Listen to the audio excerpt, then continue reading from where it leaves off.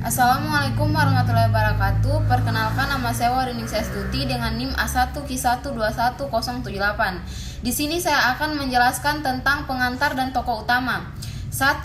Pengantar teori dikembangkan oleh Albert Ellis pertama kalinya pada tahun 1955 yang mulanya dikenal sebagai terapi rasional lalu. Ia mengubahnya menjadi rasional emotif. Terapi ini memberikan penekapan terhadap hubungan antara kognisi, emosi, dan tingkah laku yang ketiganya saling mempengaruhi satu sama lain. Selain itu, terapi ini juga mengaitkan antara pemikiran tidak rasional dengan permasalahannya, emosi manusia, serta mengetahui pendapat bahwa manusia mempunyai pilihan untuk terus menyumbang kepada permasalahan yang dihadapinya atau mengambil langkah untuk menghentikan proses permasalahan itu. Sejarah perkembangan teori rasional emotif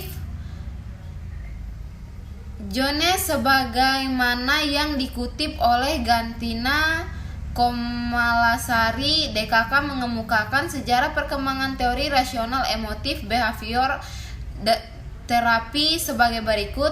Rasional emotif behavior terapi adalah pendekatan yang dikembangkan oleh Albert Ellis pada tahun 1950-an yang menekankan pada pentingnya peran pikiran pada tingkah laku. Pada awalnya pendekatan ini disebut dengan rasional terapi. Kemudian Albert Ellis mengubahnya menjadi rasional emotif terapi pada tahun 1961. Pada tahun 1993 dalam yang dikeluarkan oleh Albert Ellis mengumumkan bahwa ia mengganti nama rasional emotif terapi menjadi rasional emotif behavior terapi. Pada 1993 Ellis mengubah nama rasional emotif terapi menjadi rasional emotif behavior terapi. Rasional di sini memiliki maksud kognisi yang efektif dalam membantu diri daripada kognisi yang sekedar valid secara empiris maupun logis. Kata kognitif yang ia gunakan sejak awal banyak orang membatasi secara sempit kata rasional yang mengandung maksud intelektual atau logis empiris.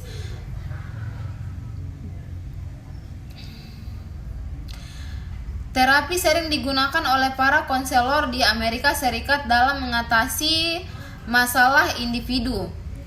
Sejalan dengan hal itu, studi lain yang dilakukan oleh Albert Ellis sebagai penggagas pendekatan ini menunjukkan kebersihan mengatasi masalah-masalah yang dialami oleh konselingnya.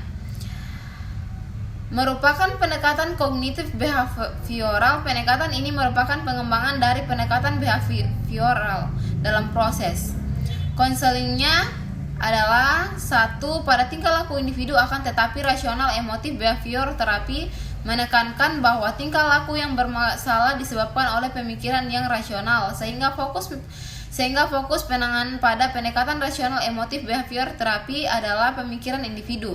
Rasional emotif behavior terapi REBT adalah pendekatan yang bersifat direktif, yaitu pendekatan yang mempelajari atau perkembangan untuk konseli untuk memahami input yang menyebabkan gangguan emosional, mencoba mengubah pikiran konseli agar membiarkan pikiran belajar konsekuensinya. 2. Tokoh utama terapi rasional emotif diperkenalkan pada tahun 1955 oleh Albert Ellis yang lahir pada tanggal 27 September 1913 yang kemudian dibesarkan di New York. Kondisi fisiknya yang lemah di masa kecil, perhatian Albert Ellis beralih dari olahraga ke buku. Kondisi keluarga yang kacau, orang tuanya bercerai ketika dia berusia 12 tahun, mendidik dia untuk selalu berusaha memahami orang lain. mulai yakin psikoanalisis adalah bentuk terapi yang paling efektif dalam memutuskan untuk melakukan pelatihan analisis dan menjadi psikoanalisis yang cukup berpengaruh beberapa tahun kemudian. Institut Psikoanalisis saat itu tidak menerima analisis kalau tidak bergelar. Albert Ellis berkenalan dengan kelompok analisis Karen Horney yang mau bekerja sama dengannya. Analisisnya dan mulai membimbing, mengajar dan menjadi psikologi senior di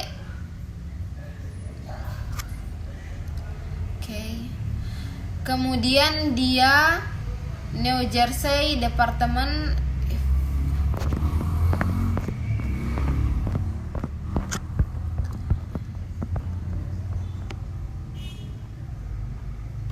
ketika berpikir dan bertingkah laku irasional individu ini tidak efektif. Reaksi emosional seseorang sebagian besar disebabkan oleh evaluasi, interpretasi, dan filosofi yang disadari maupun tidak disadari. Hambatan psikologis atau emosional adalah akibat dari cara berpikir yang tidak logis dan irasional.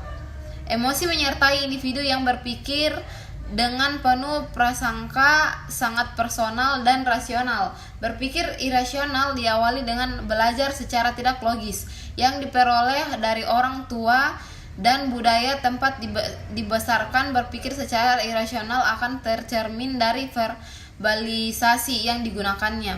Verbalisasi yang tidak logis menunjukkan cara berpikir yang salah dan verbalisasi yang tepat menunjukkan secara berpikir yang tepat.